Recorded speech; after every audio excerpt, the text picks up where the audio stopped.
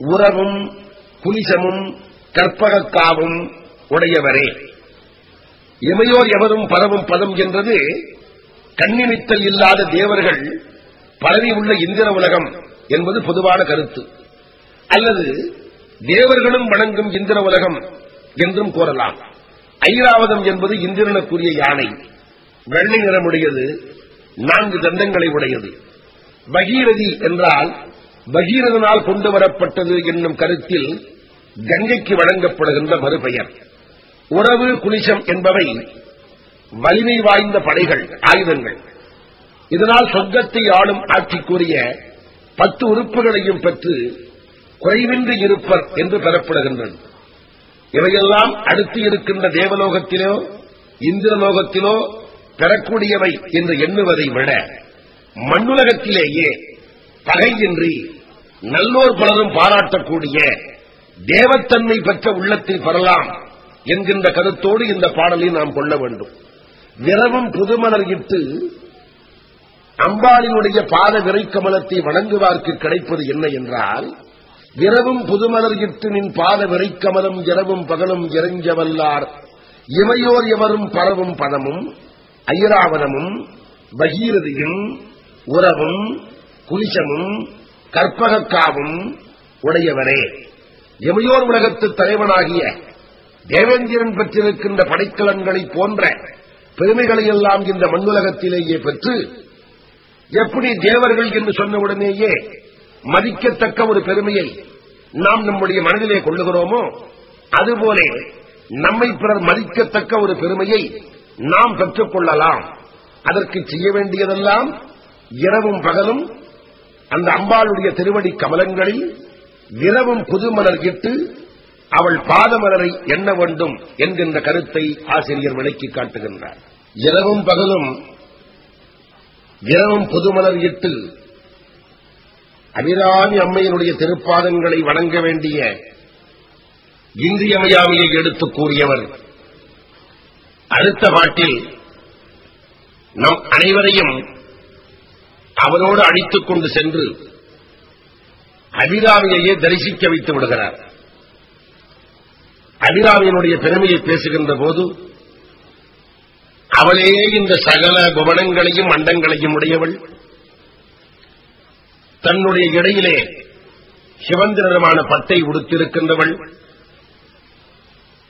ஒளிமதிச்சன் சடை படித்திருக்கின்றானே சிவபெருமான், அவனுடைய ஒரு பாகத்தை இடமாக கொண்டவள், நூல் போன்ற வெள்ளிய இடையை கொண்டவள், இனிமேல் நம்மை யாரையும் படைக்க மாட்டாள், அப்பேற்பட்டவளை வணங்க வாருங்கள், நம்மளை பார்க்க வாருங்கள் என்று ஆசிரியர் மிகுந்த உருக்கத்தோடு நம்மை அழைக்கின்றார். உடையாளை ஒல்கு செம்பட்டு உடையாளை ஒளிர்மதி செஞ்சடையாளை வஞ்சகர் நெஞ்சு அடையாளை தயங்கு நுண் நூல் இடையாளை எங்கள் பெம்மான் இடையாளை இங்கு என்னை இனி படையாளை உங்களையும் படையா வண்ணம் பார்த்திருமே என்று நம்மையும் அடித்துக் கொண்டு சென்று, என்னை அவள் படைக்க மாட்டாள், என்னைப் போல் நீங்களும் வணங்குவீர்களானால் உங்களையும் படைக்க மாட்டாள் என்று எடுத்துக் கூறுகின்றார் ஆசிரியர். இங்கு என்னை இனி படையாளை உங்களையும் படையாவண்ணம் பார்த்திருமே. அவளே எல்லா அண்டங்களுக்கும் சொந்தக்காரி. ஆகவே உடையாளை, அவள் சிவந்த நிறமான பட்டை உடுத்திருக்கிறாள்.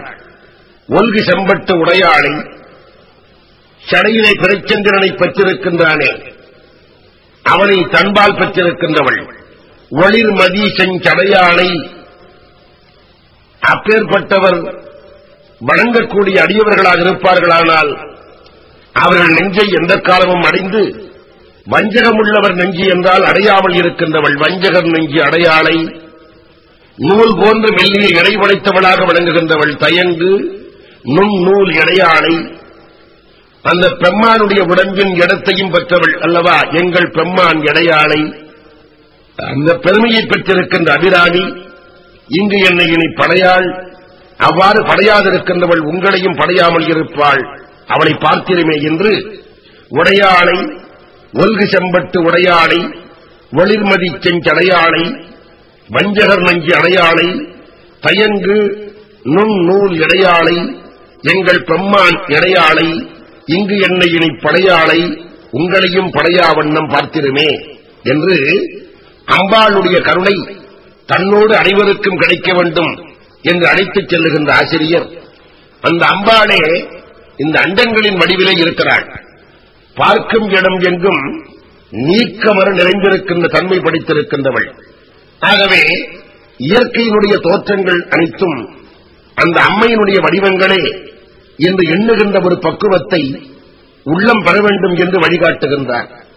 பார்க்கும் திசைதோறும் பாசாங்குசமும் படி சிறை வண்டு ஆர்க்கும் புதுமலர் ஐந்தும் கரும்பும் என் அல்லல் எல்லாம் தீர்க்கும் திருவுரையாள் திருமேனியும் சிற்றிடையும் வார் குங்கும முலையும் முலைமேல் முத்து மாலையுமே.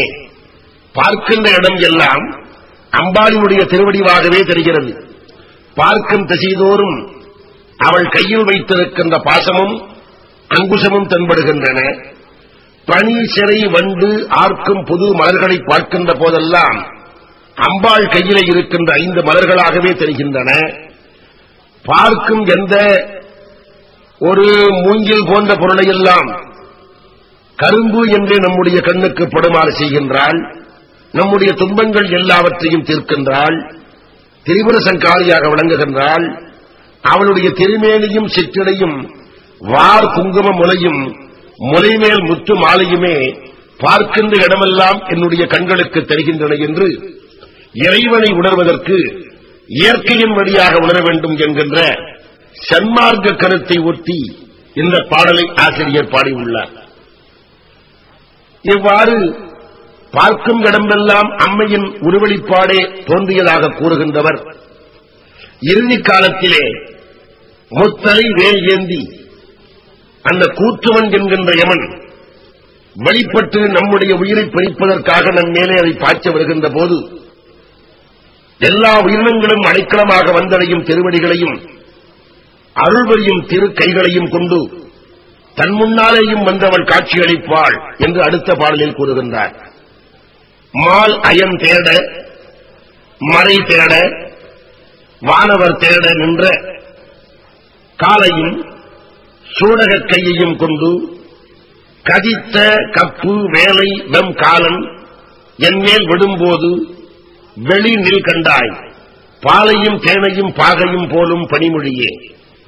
பால் தேன் பாகு என்று இனிப்பான பொருள் எல்லாவற்றையும் வென்றுவிடக்கூடிய இனிய மொழி படித்த அபிராமியே, மால் உன்னை தேடுகின்றான், அயன் உன்னை தேடுகின்றான், வேதம் உன்னை தேடுகின்றது, வானவர்கள் உன்னை தேடுகின்றார்கள், வானவர்கள் உன்னை தேடுகின்றார்கள்.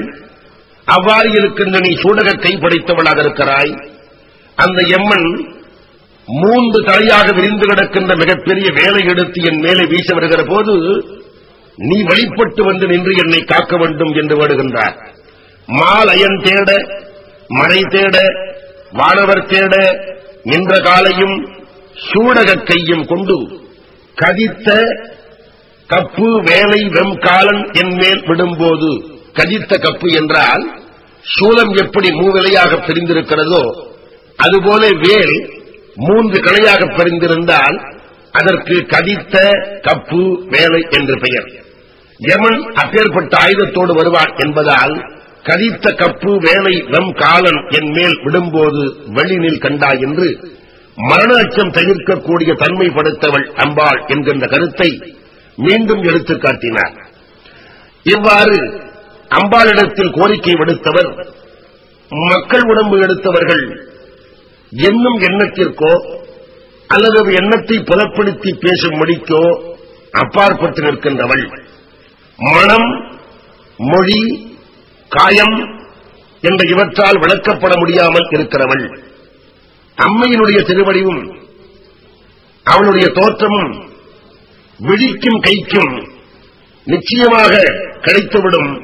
யாருக்கு என்றால் அவளை தினந்தோறும் வணங்கி பூஜை செய்யக்கூடியவர்களுக்கு என்று பேசி முடிக்கின்றார். மொழிக்கும் நினைவுக்கும் எட்டாத நின் திருமூர்த்தி எந்தன் விழிக்கும் வினைக்கும் வெளி நின்றதால் விழியால் மதனை அடிக்கும் தலைவர் அடியா விரதத்தை அண்டமெல்லாம் படிக்கும்படி ஒரு பாகம் கொண்டு ஆளும் பராபரையே என்று எடுத்துக் கூறினார். மன்மதனை வென்றவன் சிவபெருமான். மன்மதனை வென்றுவிட்டான் சிவபெருமான். அவன் அவ்வளவு உறுதி உடையவன். ஆகவே மதனை அடிக்கும் தலைவர் அடியா விரதம் படித்தவர். விரதம் என்றால் உறுதி. காமத்துக்கு ஆட்படாமல் உறுதியான உள்ளம் படைத்தவர் சிவபெருமான். ஆகவே அவரை அடிக்க வேண்டும் என்று மன்மதன் வந்தபோது நடக்கவில்லை. அந்த மதனை அடிக்கும் சிவபெருமான் என்னும் தலைவர் அழியா விரதமாகிய உறுதி படைத்தவர். அந்த உறுதி மன்மதன் இடத்தில் நின்றது சரிதான், அம்பாள் இடத்தில் இருக்க